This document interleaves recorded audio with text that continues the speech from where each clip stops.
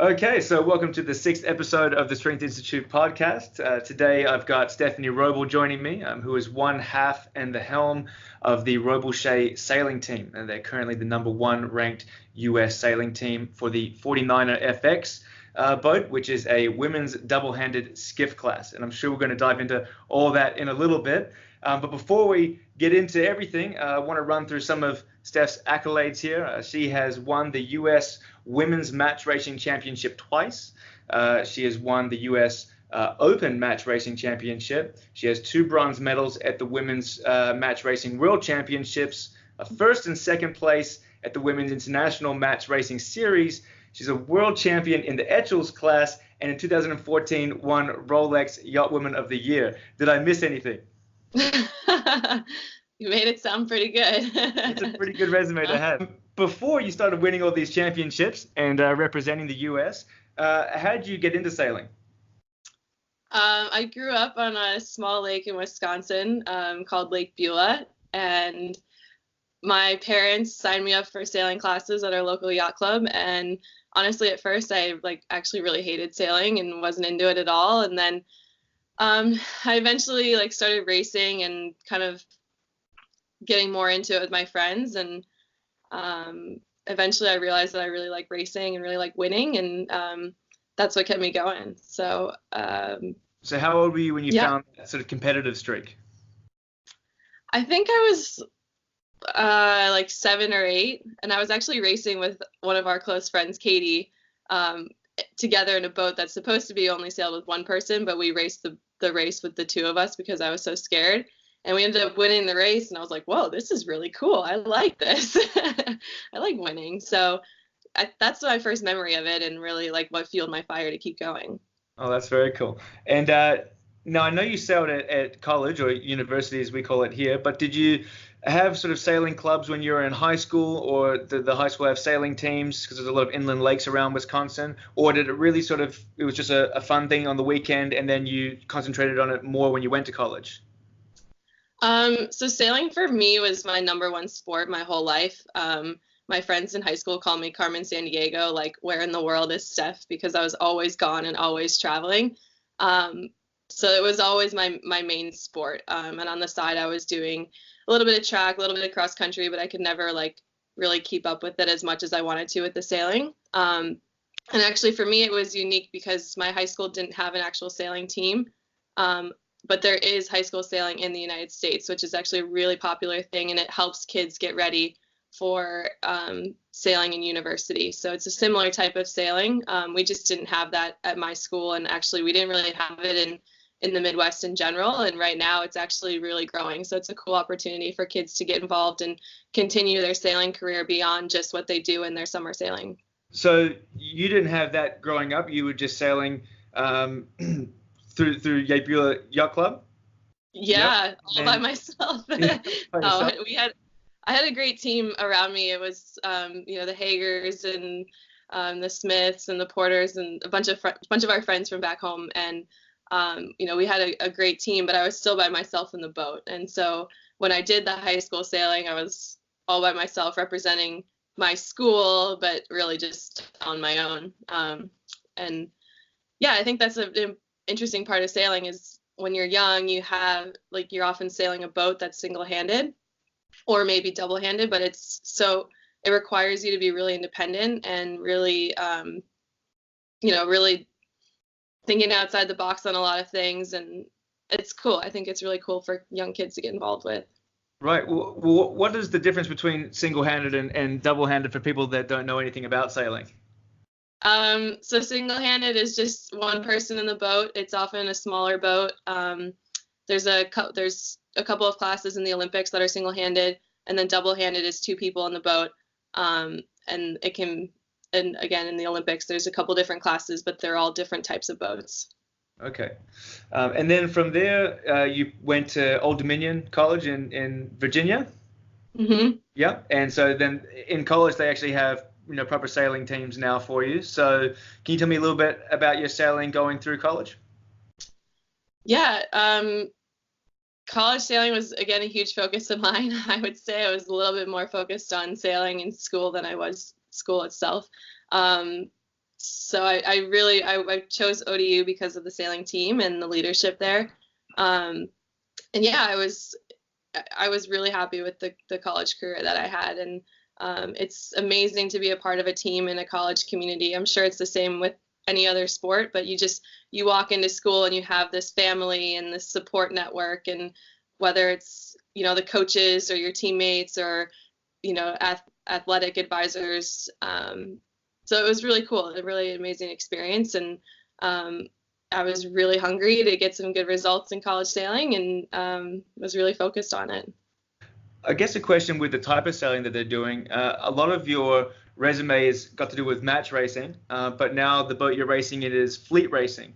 So can you sort of tell the difference, or tell everyone that's listening, the difference between fleet racing and match racing, and what were you doing at college and why the changeover? Yeah, totally. So in college and all growing up, it was mainly fleet racing, which is just a huge group of boats. It's basically whoever signs up for the event, you all race against each other. And then after college, I transitioned into match racing because it was in the 2012 Olympics, just women's match racing. And that's a style of racing where it's one-on-one.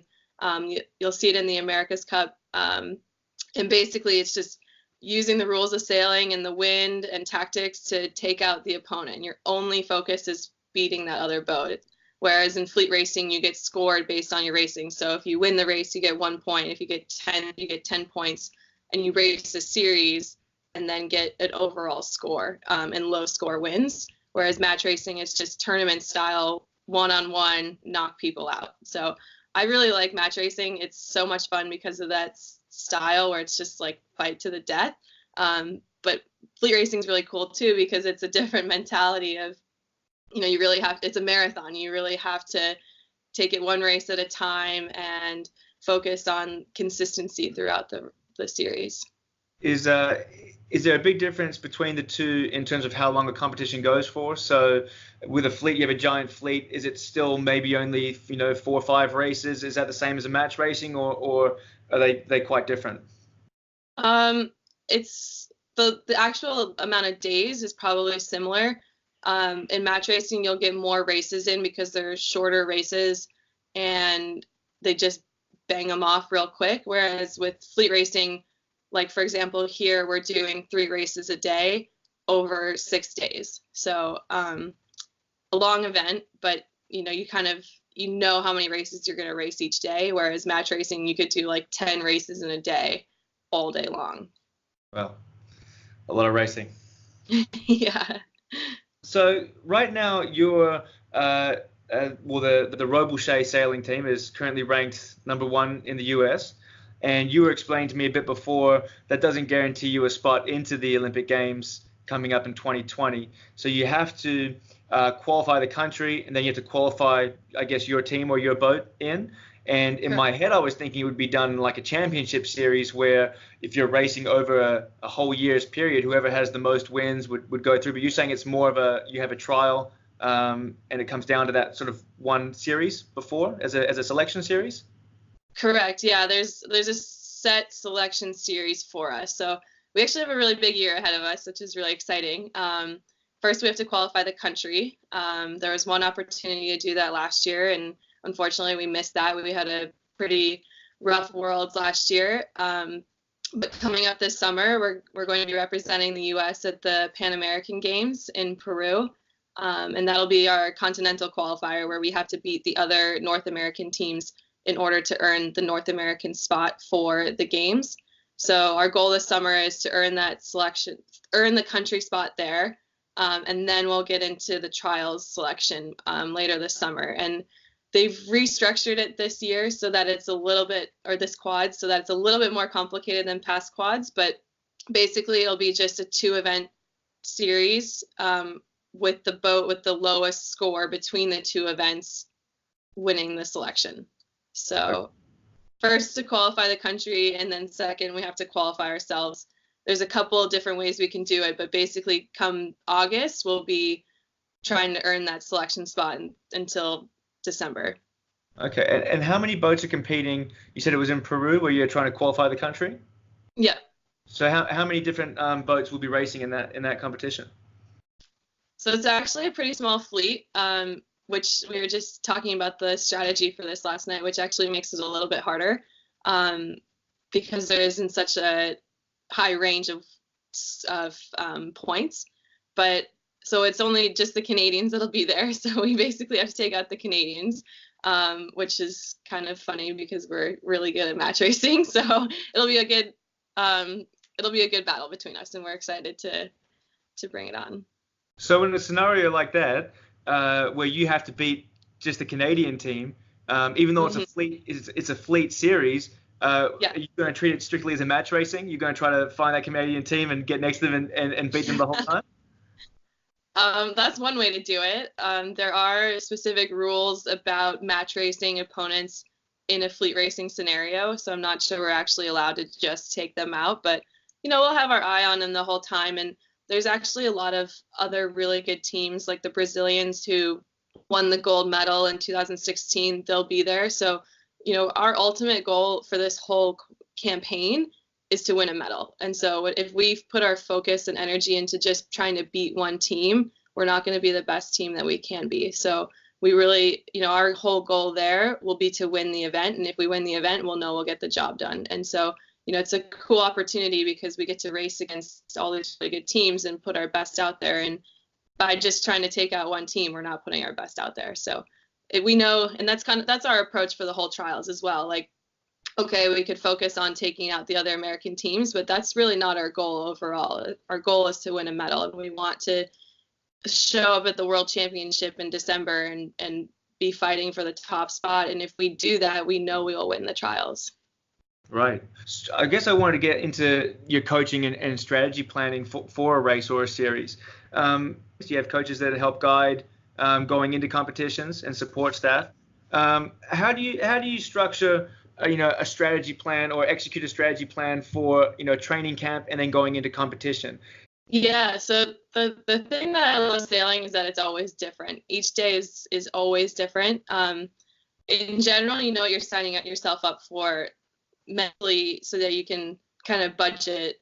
I don't know if budget's the right word, but you can strategize long term, saying, okay, I know I'm signing up for this 6-day event and we're going to have 3 races a day. So that, like, mentally, how that's structured, but we don't know, like, okay, when we go in the water today, we don't know exactly what it's going to be like. We have a really amazing team around us. We have a weather team who sends us a forecast every morning. And then our coach goes through the forecast and sends it to us and kind of picks out highlights of the day. So we'll, like today, for example, it's just a really simple, straightforward breeze. So we're thinking, okay, our mentality for this is we gotta be locked in all the time, focusing on speed. So we have the forecast, then we have our coach who we work with all the time. And then we have our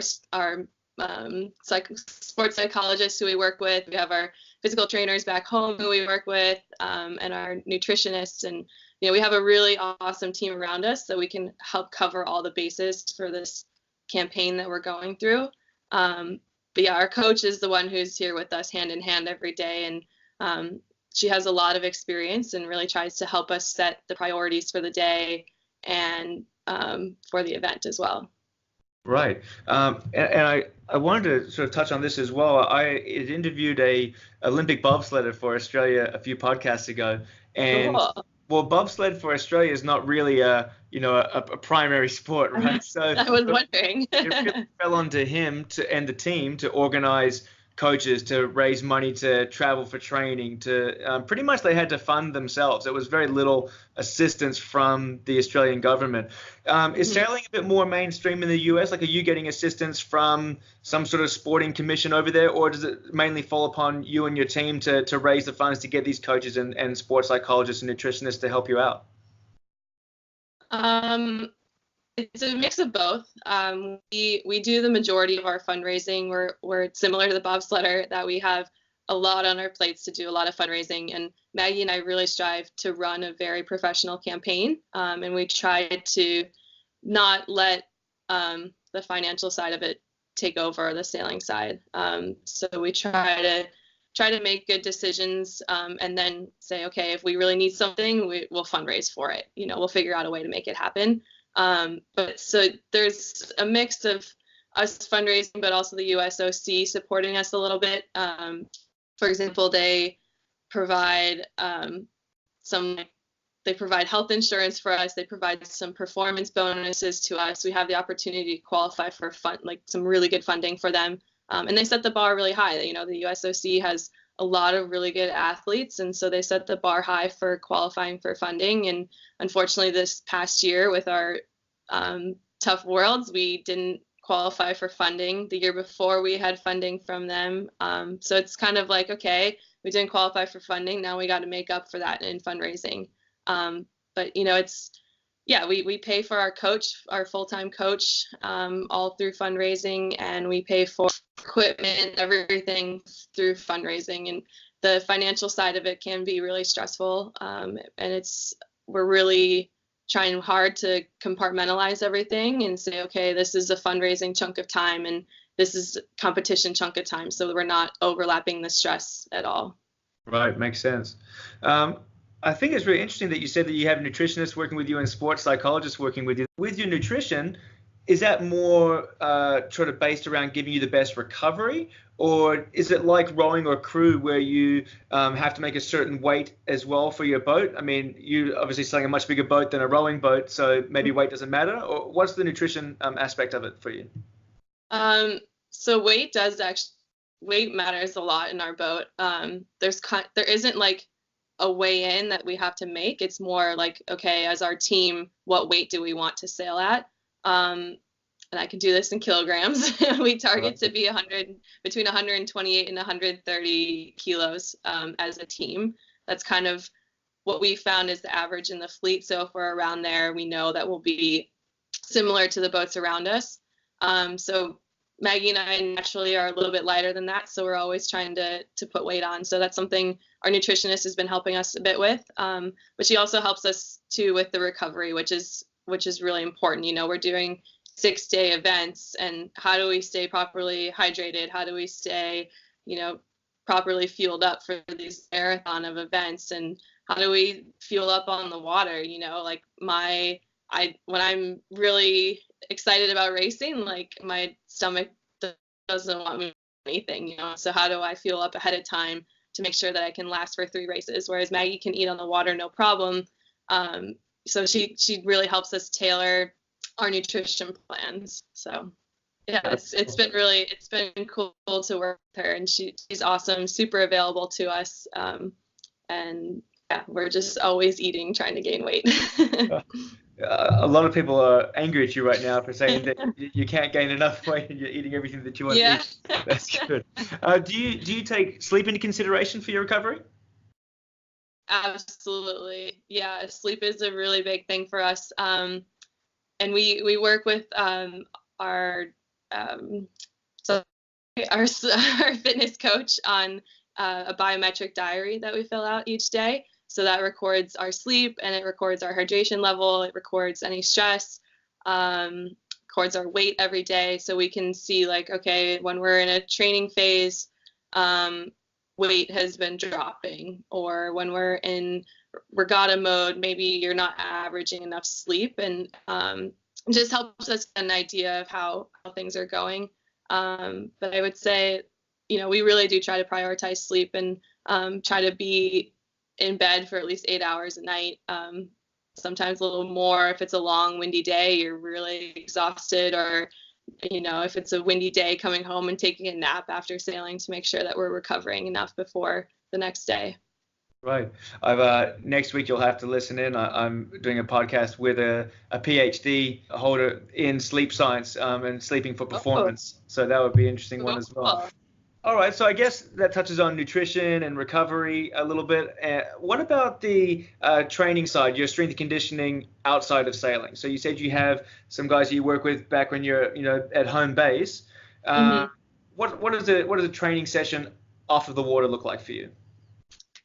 So we use a company called Sailing Performance Training, and it's a remote fitness coaching, which is really cool. It's all through an app, and it's our friend Mike and this other guy Fred who developed this company specific for sailors, and so we can do it he does the programming for us, and then we can do it basically anywhere we are in the world. It's an amazing thing, and it's been a huge gain for us overall. So I have a meeting with him once a month via Skype and say, hey, like this upcoming month, like we're really heavy on regattas, or we're really heavy on training, and the goal for this training is to gain weight and push hard in the gym because the next month we have a big regatta coming up or something like that. And so he always has like our overall vision in mind, and helps tailor the workouts that he creates based on that. So he, for example, off the water, if I'm home for 2 weeks and we're doing a big build, we'll do a session that is similar to what I do on the boat. So we'll track our heart rate data, and he's a sailor himself, so he knows exactly what we need to do in order to do our jobs better. My job is totally different than Maggie's. Maggie has a very, very physical role on the boat. Her heart rate is up the whole time when we're sailing, and she's the one doing all the pulling and all the hard work, whereas I'm skippering the boat and steering, and and trying to make decisions and, you know, have my mind into it, and where she's like the one just doing all the hard work. So Mike does a good job of tailoring our workouts to our jobs. I do a lot of kind of longer cardio, like lower heart rate, like target 150 heart rate, like an hour-long bike ride, for example. But I still need to gain weight, so we're doing low rep, high weight gym sessions as well. So there's a lot of thought behind it. So what sort of exercises are you doing in the gym then? Like what has good crossover to sailing for you? We do a lot of like sled pulling. That's good for shoulders because we're doing so much pulling as sailors. We'll do a lot of like TRX type movement for me.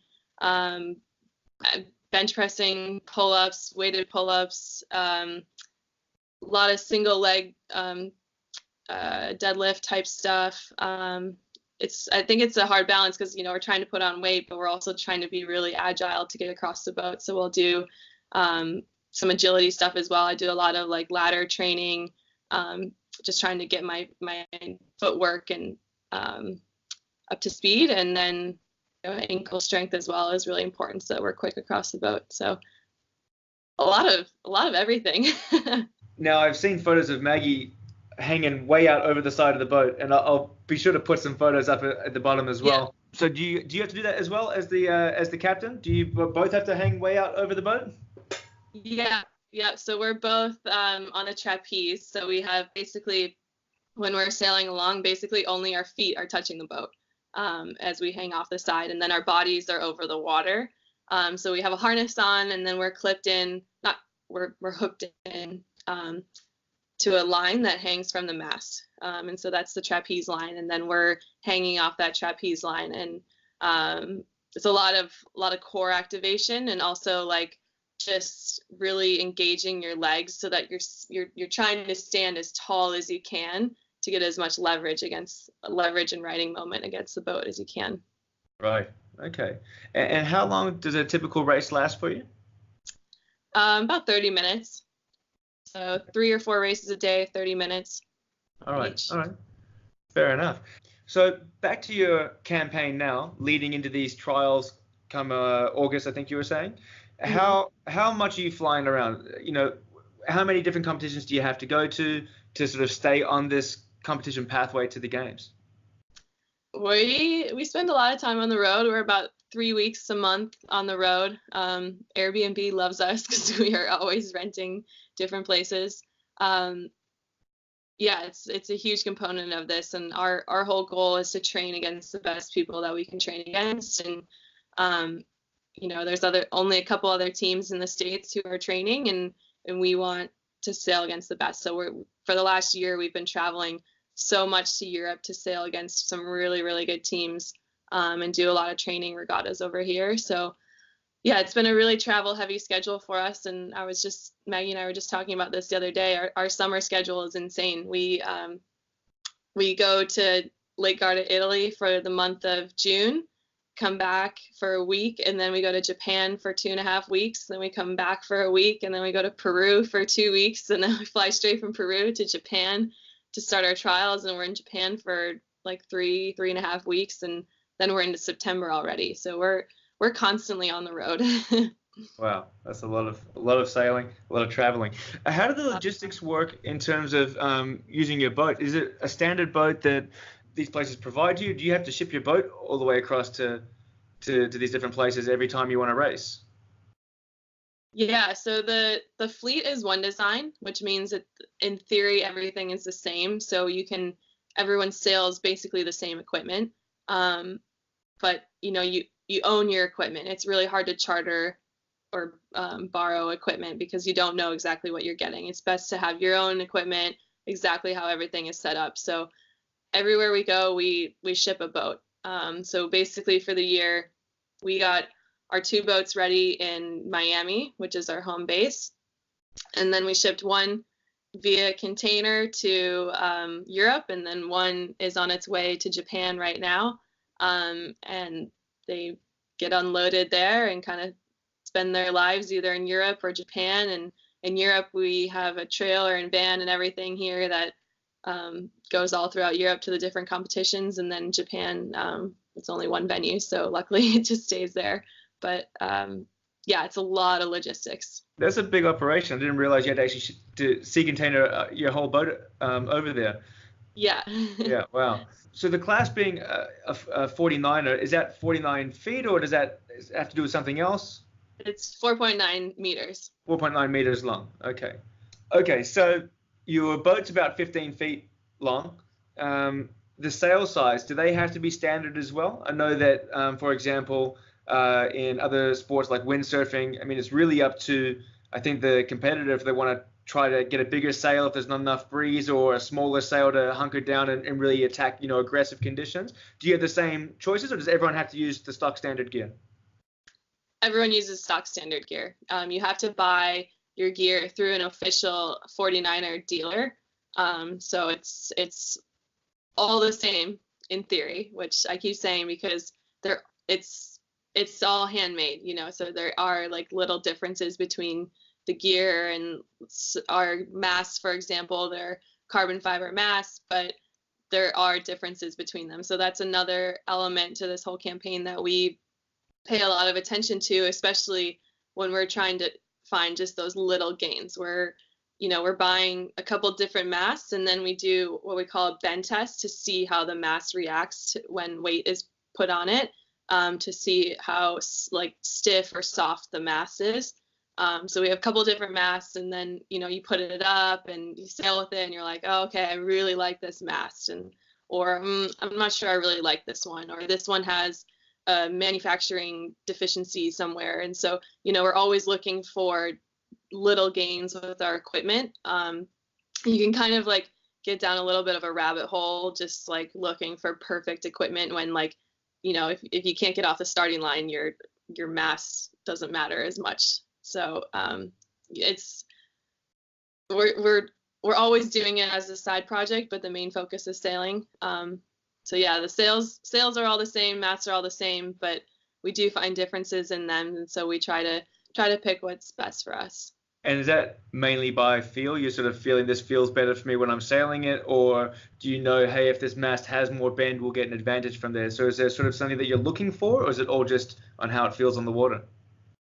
Yeah, so that's been an interesting part about this whole campaign. So 3 or 4 years ago when we started sailing, we didn't know what we were looking for. So it was a trial and error type thing. Now that we're 3 years in and we have a much better feel for the boat, we know when we put something up, okay, this looks really good or this feels really good. So there's always that look and feel component to it.